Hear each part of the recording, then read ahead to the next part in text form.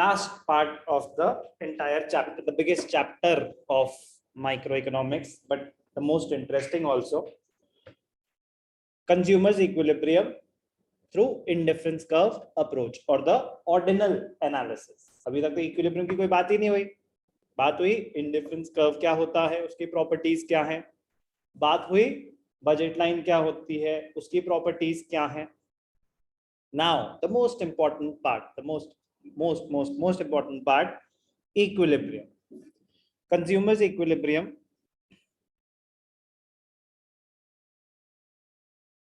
through consumers equilibrium using the ordinal analysis. Ordinal analysis बोलो, indifference curve analysis बोलो, Hicksian analysis बोलो, ये सब एक बात है. Ordinal analysis और IC और Hicksian analysis सब एक ही बात है. Equilibrium conditions क्या है? Equilibrium is attained when MRS is equal to the price ratio or the marginal rate of exchange. So basically, when the slope of indifference curve is equal to the slope of budget line. कह रहे जब दोनों की slope same होंगे ना तो equilibrium होगा. कह रहे मतलब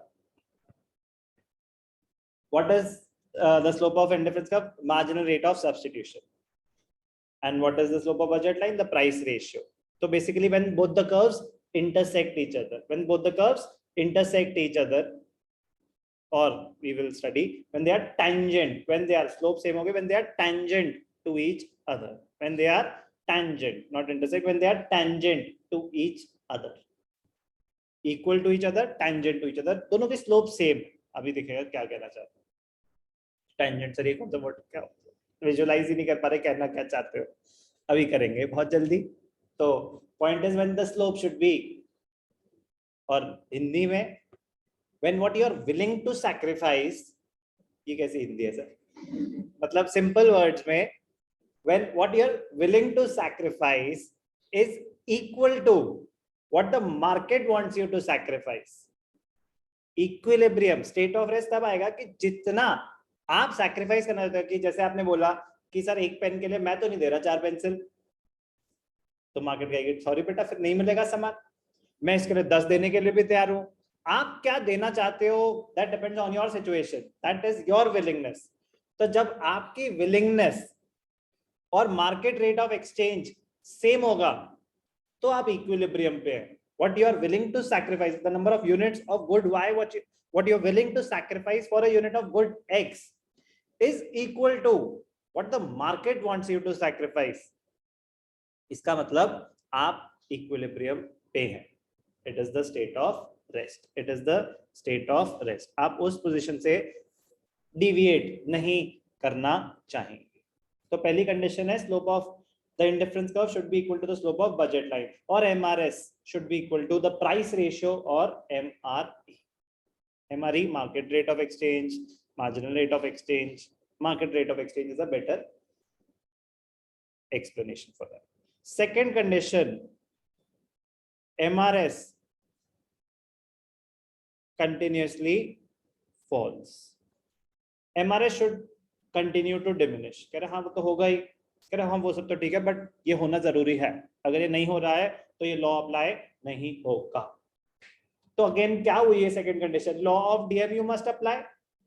यही तो है. तभी why is MRS diminishing? It is because of law of DMU. तो in simple terms law of DMU must apply. तो जिन चीजों पे अप्लाई नहीं हो सकता उन पे आप इक्विलिब्रियम नहीं एसरटेन कर सकते. ओके आप इक्विलिब्रियम कब अटेन करेंगे? जब आपकी इच्छा और मार्केट की इच्छा सेम हो. When what you are willing to sacrifice is equal to what the market wants you to sacrifice. Market wants you to sacrifice, that depends on the prices of the commodities. What you are willing to sacrifice, it depends on your consumption levels and the combination which you all already consuming. आपके पास बहुत सारे pen है तो pencil आपके लिए ज्यादा important है? आपके पास 10 पेन है और एक पेंसिल है, तो आपके लिए किस चीज की इंपॉर्टेंस ज्यादा है? आपके पास 10 पेन है और एक पेंसिल है, आपके लिए अभी इस सिचुएशन में कौन सी चीज ज्यादा इंपॉर्टेंट होगी? पेंसिल होगी, क्योंकि आपके पास पेंसिल कम है, तो जो चीज कम होती है उसकी इंपॉर्टेंस ज्यादा होती है। बट मार्केट को उससे फर्क पड़ता है कि आपके पास क्या है, आप किस लेवल पे हो, फर्क पड़ता है मार्केट को। मार्केट को वो कहता है भाई ये प्राइस है, ये सैक्रिफाइस रेशियो है, बताओ चाहिए कि नहीं चाहिए, ठीक है ना? वो कांस्टेंट स्लोप है, आपकी डिमिनिशिंग स्लोप है। क्लियर? डायग्राम बहुत ही सिंपल सा है इसका, मजा आ जाएगा आपको देख के। ध्यान से देखना कितना सिंपल है। शक हो रहा है सर थोड़ा सा, अभी और होगा। ध्यान से देख, प्लीज बनते हुए देखना ध्यान से, तब शायद बना पाओ।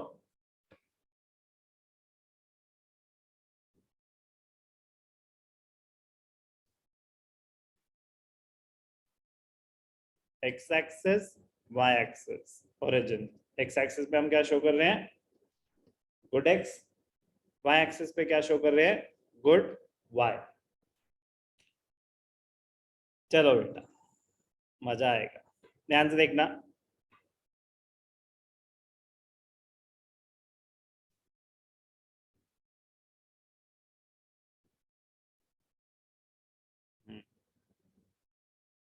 ध्यान से देखेंगे प्लीज।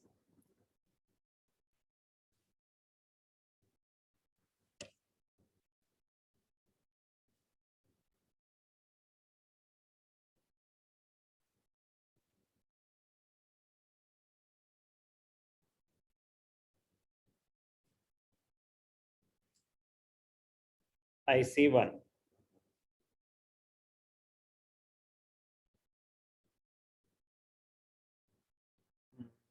थोड़ा सा और अंदर बनाऊंगा।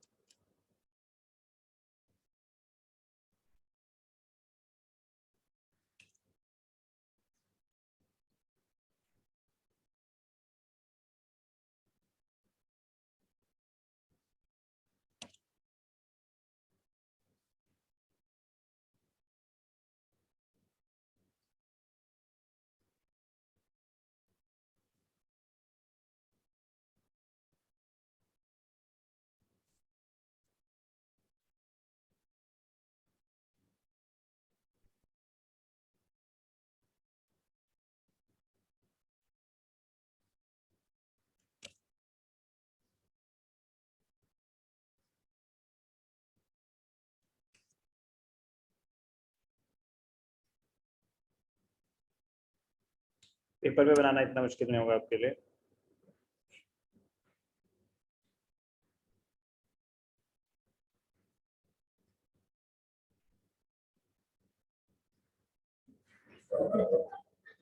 होपफुली।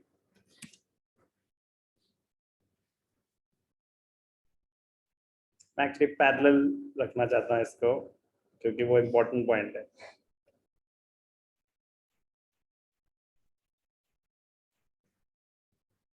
तो जब हो जाएगा तो मैं उठा दूंगा।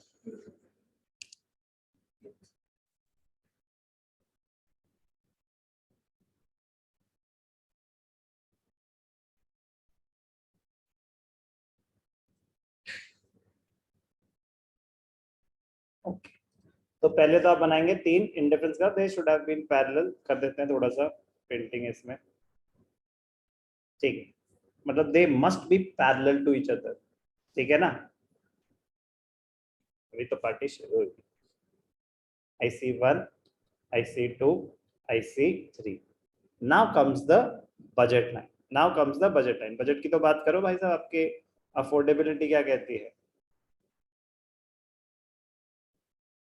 क्योंकि ऑब्वियस सी बात है, कौन आपको ज्यादा सेटिस्फैक्शन दे रहा है, IC1, IC2 या IC3? IC3। बट अभी क्या मुझे अफोर्डेबिलिटी दिख रही है कहीं? मुझे तो अभी पता ही नहीं कि मैं अफोर्ड क्या कर सकता हूं। तो फिर पिक्चर में आती है बजट लाइन, फिर पिक्चर में आती है बजट लाइन। ध्यान से देखना, बजट लाइन क्या कहती है?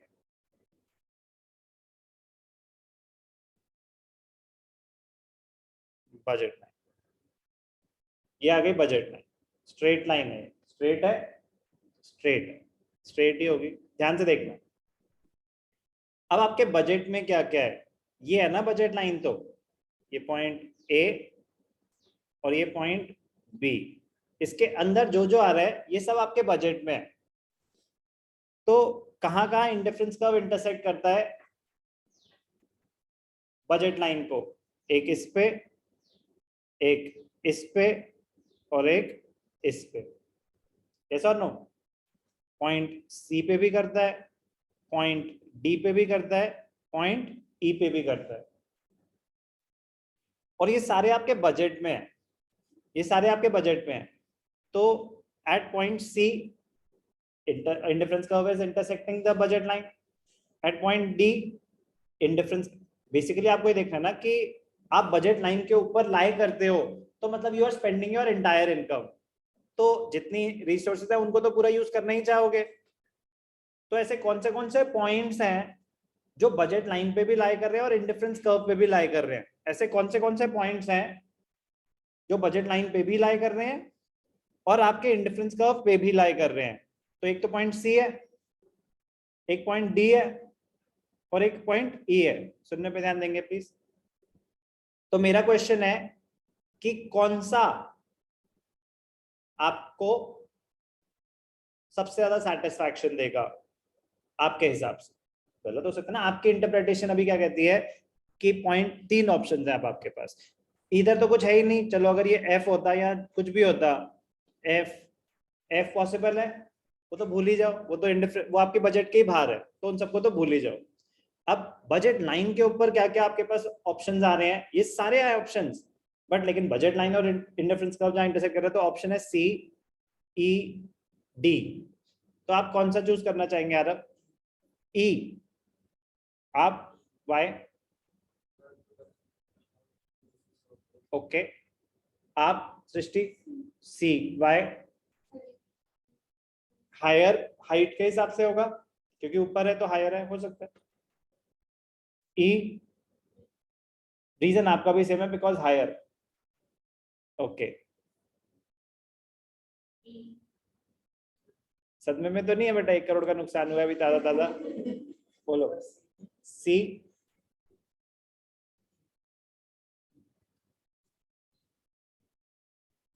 ओके, तो सी आपने रीजन, आपका रीजन है हायर इंडिफरेंस कर्व। सी कौन से इंडिफरेंस कर्व पे है, 1 पे या 2 पे? सृष्टि 1 पे। ई किस पे है, 1 पे या 2 पे? तो हायर इंडिफरेंस कर्व कौन सा है, 1 या 2? 2।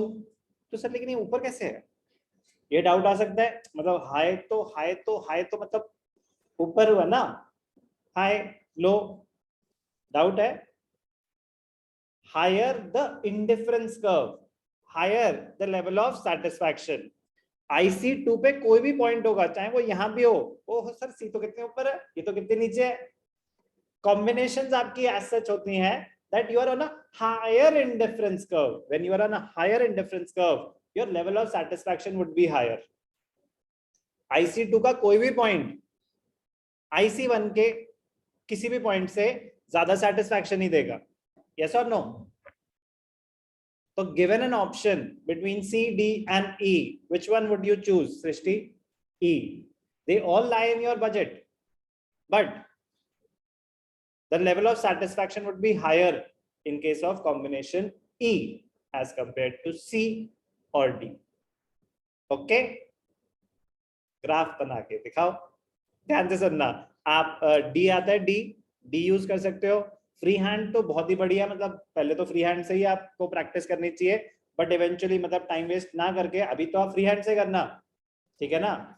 बट डी आता ना, डी कंपास मत यूज करना, बहुत टाइम वेस्ट करोगे डी में। खट खट खट, पहले 3 आपने बनाए इंडिफरेंस कर्व, फिर एक ऐसी बजट लाइन बनाई जिसमें IC1 के भी 2 पॉइंट्स पे इंटरसेक्ट कर रहे हो आप, और यहां टेंजेंट हो। अब ध्यान से देखना, अब आएगी आपको बात समझ। इस पॉइंट पे ई पे ध्यान से देखेंगे प्लीज, बस बेटा थोड़े से और ऑक्सीजन ढूंढ लो बॉडी में। ध्यान से देखना, ई बजट लाइन की स्लोप कैसी है, ऐसे, और इस पॉइंट पे जाके इंडिफरेंस कर्व की स्लोप भी तो कांस्टेंट हो गई, है कि नहीं? इस पॉइंट पे दोनों एक दूसरे के टेंजेंट है कि नहीं है? अब इस पॉइंट पे एमआरएस ध्यान से सुनेंगे, initially MRS is very high, initially MRS is very high. As you go down the indifference curve, because of diminishing MRS तो गिरता रहता है, गिरता रहता है, गिरता रहता है. तो एक टाइम ऐसा आता है when they are equal. Initially MRS is greater than the price ratio. नीचे MRS is less than the price ratio. ये पॉइंट है where MRS is equal to the price ratio. where MRS is equal to the price ratio. बात समझ आई? इसीलिए बोला जाएगा condition में when the indifference curve is tangent to the budget line, तो होता है point of equilibrium, तो होता है point of equilibrium. हेडिंग दे देंगे आप, consumers equilibrium indifference curve approach. एक बार नहीं, कम से कम 3-4 बार ही बनाओगे ग्राफ, तब जाके कहीं आपका परफेक्ट ग्राफ बनेगा. नीट होना चाहिए ग्राफ, कोई वायलेशन नहीं होनी चाहिए. अब ध्यान से देखना, what happens when MRS is greater than the price ratio और द MRE. इनिशियली तो MRS काफी हाई होता है ना, जब डिमिनिशिंग MRS है तो मतलब वो पहले ज्यादा होगा, फिर गिरता गया होगा. प्राइस रेशियो तो कांस्टेंट है थ्रू आउट, प्राइस रेशियो तो चेंज ही नहीं हुआ, वो तो स्टार्टिंग में भी वही था और एंड में भी वही है, पॉइंट ए पे भी वही था और पॉइंट बी पे भी वही है. तो चेंज तो MRS हो रहा है आपका. तो इनिशियली जब इंडिफरेंस का स्टार्ट होता है तो MRS हाई होता है ना, तो अभी तो गिरता रहता है, गिरता रहता है, गिरता रहता है. तो when MRS is greater than the price ratio, what happens? मतलब क्या है पहली बात तो इसका, your willingness to sacrifice units of good Y for good X is very high than the market because you value good X more. आपके लिए X ज्यादा इंपॉर्टेंट है ना, क्योंकि आपके पास कम है, उसकी शॉर्टेज है, आप स्टार्टिंग पॉइंट पे हो तो मेजॉरिटी Y है ना आपके पास, तो आपके लिए X की इंपॉर्टेंस हाई है. सर Y मेरे पास ज्यादा है तो मुझे Y पसंद होगा ना. पसंद की तो बात ही नहीं कर रहे, आपके पास जिस चीज की शॉर्टेज है उस चीज को आप कंज्यूम करना चाहेंगे, ह्यूमन नेचर है. यस और नो? तो आपके लिए वो इंपॉर्टेंट है. Your willingness to sacrifice good Y for good X would be high initially, market से भी ज्यादा. तो क्या आपको मिल जाएगा? मार्केट कह रही है कि मुझे 10 रुपए चाहिए, कह रहा है 50 देने के लिए तैयार हूं मैं, तो क्या आपको मिल जाएगा? बिल्कुल मिल जाएगा, आराम से मिल जाएगा. लाइन लगेगी, हमसे ले लो. तो आपने और कंज्यूम करा. As you consume more and more of good X, MRS starts falling. Next time हो गया भाई चल अभी भी शॉर्टेज है 20 दे दूंगा, तो भी खुशी खुशी दे देंगे वो आपको. तब तक खुशी खुशी दे देंगे जब तक आप PX तक नहीं पहुंच जाते, जब तक प्राइस रेशियो पे मेंटेन की. 10 रुपए देना चाहते थे ना वो, तो 10 रुपए का बेच रहे थे. आप इनिशियली ज्यादा देना चाहते थे क्योंकि आपके पास शॉर्टेज, देना चाहते थे, दोगे या नहीं दोगे वो तो बात की बात है, but your willingness is high क्योंकि आपके पास शॉर्टेज है उस चीज की. यस और नो? तो तब तक what happens when MRS is greater then price ratio? The consumer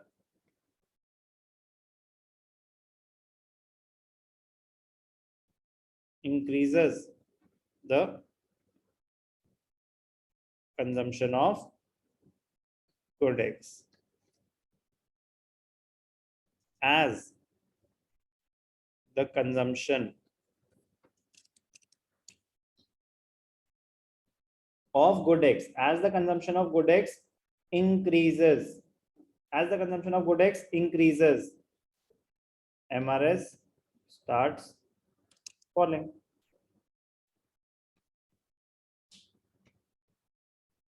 The consumer will continue, the consumer will continue to consume more of good X, will continue to increase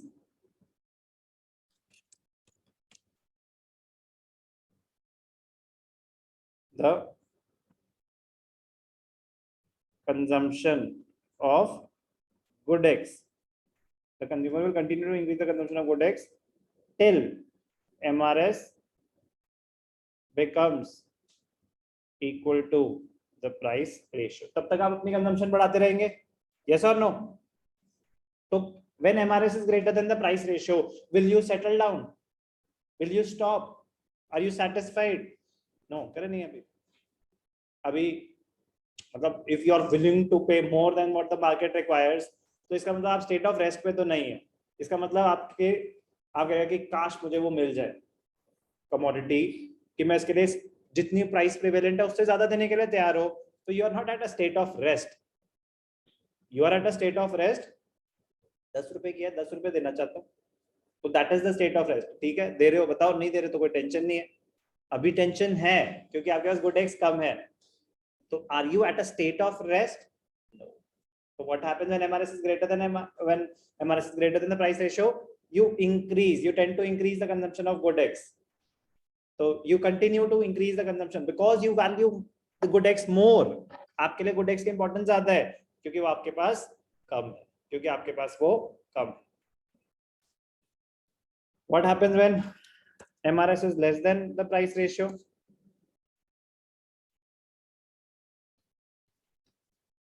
If MRS is less than the price ratio, तो क्या होगा? Now आपके पास x बहुत ज्यादा हो चुका है, तो MRS गिरता गिरता गिरता गिरता कि x, अब आपके पास पेंसिल बहुत सारी है, पेन नहीं है. पहले आपके पास पेन बहुत सारे थे, पेंसिल नहीं थी, अब पेंसिल ज्यादा हो गई, तो आपके लिए आप क्या ज्यादा इंपॉर्टेंट है? पेन. आप कह रहे हो मतलब पहले था ना एक पेंसिल के लिए आप एक पेन के लिए, फॉर एग्जांपल एक पेन के लिए आप एक सिचुएशन थी 10 पेंसिल देने के लिए तैयार थे, मार्केट 5 ही मांग रही थी, आप 10 देने के लिए तैयार थे. अब ऐसा पॉइंट आ गया कि आप एक पेन के लिए कह रहे हो कि 3 पेंसिल दूंगा मैं, मार्केट रेट 5 का है, मिल जाएगी आपको? मिलेगी नहीं. तो यू विल हैव टू, अब आप क्योंकि एक्स इतना ज्यादा कंज्यूम कर चुके हो तो एक्स की सेटिस्फैक्शन बहुत लो आ रही है आपके लिए अभी मार्जिनल लॉ ऑफ डीएमयू से, you will reduce the consumption of good X. तो अब रिवर्स ऑपरेशन हो जाएगा ना, reverse operation of MRS. As you go down MRS diminishes, as you go up MRS increases. Reverse हो गया ना वो. तो अब आप नीचे से ऊपर जा रहे हो क्योंकि आप you are reducing the consumption of good X and increasing the consumption of good Y, क्योंकि बैलेंस खराब हो गया, आप ज्यादा X पे चले गए. कह रहे ना ना ना ना थोड़ा सा वापस आओ. बात समझ आ रही है?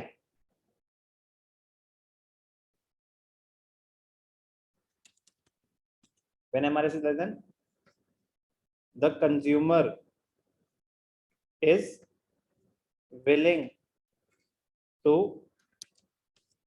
sacrifice less than what the market requires. आप कह रहे हो 3, मार्केट कह रही है 5, और उसमें क्या था? एमआरएस इज ग्रेटर में क्या होता है?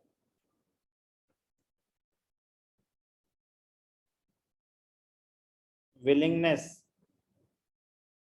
of the consumer to sacrifice good Y for good X is more than what the market requires and what the market requires.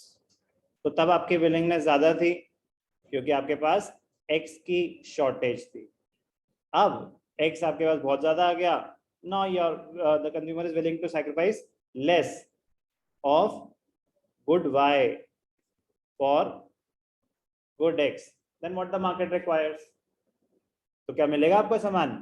नहीं मिलेगा. The consumer reduces the consumption of good X. The consumer reduces the consumption of good X. As you reduce the consumption of good X, आप वापस जा रहे हो. तो basically ये जो ऊपर वाला पॉइंट होता है, ऊपर वाला पॉइंट होता है initially MRS is greater than the price ratio. तो ये जो ये इनिशियली वाला पॉइंट, ठीक है ना. मैं सर्कल नहीं करना था कि ग्राफ आपका फिर खुद ही कंफ्यूज हो जाएगा कि आपने क्या बनाना है क्या नहीं बनाना. आपने ये बनाना जो बना हुआ है, और प्लॉटिंग स्लाइड के हिसाब से वो ABCD कर लेना, अंडरस्टैंडिंग के लिए बना. और यहाँ पे क्या हो रहा है आपके अंडरस्टैंडिंग के लिए बता रहा हूँ, MRS is less than the price ratio. MRS is less than the price ratio. ये पूरे सेगमेंट की बात हो रही है. Point to the right hand side of the equilibrium point. तो यहाँ पे सब पे क्या है? MRS is less than the price ratio. Your willingness to sacrifice, क्योंकि अब आप इधर आ गए ना, bend किधर है, आपके पास X बहुत ज्यादा है, तो your willingness to sacrifice Y for X would be high or low? Very low, क्योंकि आपके पास X बहुत ज्यादा है. तो फिर आप वापस जाएंगे, तो सेटल कहाँ पे होंगे? पॉइंट ई. समझ आए? मजेदार है, बिल्कुल है, इसमें कोई डाउट ही नहीं है. बट ये था ब्रीफ इंट्रोडक्शन, ये था brief introduction of the indifference curve analysis or the consumer's equilibrium using ordinal approach or the indifference curve approach. ये ब्रीफ था. हाँ बेटा ये ब्रीफ था. अभी मैंने आपको ओवरव्यू दिया है, आप ताकि जब मैं आपको पूरा कराऊं तो आपको फर्स्ट टाइम में समझ आए. यही बातें दोबारा होंगी, मैक्सिमम 15 to 20 मिनट्स, यही एग्जैक्ट बात है, बट अब सीक्वेंस में होंगी, सिस्टमैटिकली होंगे. अभी मैं आपको पूरा इंट्रोडक्शन दे रहा था कि शेप कैसी होती है. फर्स्ट टाइम देख के झटका लगा, सेकंड टाइम सेम चीज को देख के झटका नहीं लगेगा. तब पूरा एक आंसर फ्रेम करेंगे ना, मेरे को एग्जाम में आंसर देना है इवेंचुअली. तभी तो हमने अंडरस्टैंड करा कि हाँ लॉजिकली तो समझ आ गया सर कि और फिर when you are willing to pay high than what the market requires और more than what the market requires, मिल जाएगा सामान. बट कब तक आप एक्स्ट्रा देते रहोगे जिसकी जरूरत ही नहीं है? जब आपको कम में मिल रहा है क्यों दोगे? तो अभी आप स्टेट ऑफ रेस्ट पे नहीं हो, तो आप बढ़ाते रहोगे जब तक आप स्टेट ऑफ रेस्ट पे आ नहीं जाते. कॉन्सेप्ट खत्म हो चुका है पूरा का पूरा. बट मैं आपको बोल रहा हूँ कि ये सब मैं आपको दोबारा बताऊंगा, बट समझदारी इसमें होगी कि ये पूरा कर लिया ताकि जब दोबारा बताया गया तो सील लग गई उस कॉन्सेप्ट पे हमेशा के लिए खत्म. ओके, क्योंकि तब आप आओगे अच्छा मुझे ये पार्ट थोड़ा सा नहीं समझ आया था, वो पार्ट थोड़ा सा समझ नहीं आया था. तो स्क्रैच से ना करें, मैं आपको स्क्रैच से ही कराऊंगा पूरा दोबारा. बट अगर आप स्क्रैच पे नहीं होंगे तो आप उस टाइम पे बैठे बैठे उस कॉन्सेप्ट को क्लोज कर रहे होंगे. ओके, क्योंकि ये एक ऐसी चीज है जिसको जितनी बार सुनते हैं उतनी ज्यादा क्लैरिटी आती है. कुछ चीजें they take 2-3 rounds of revision to understand properly. Okay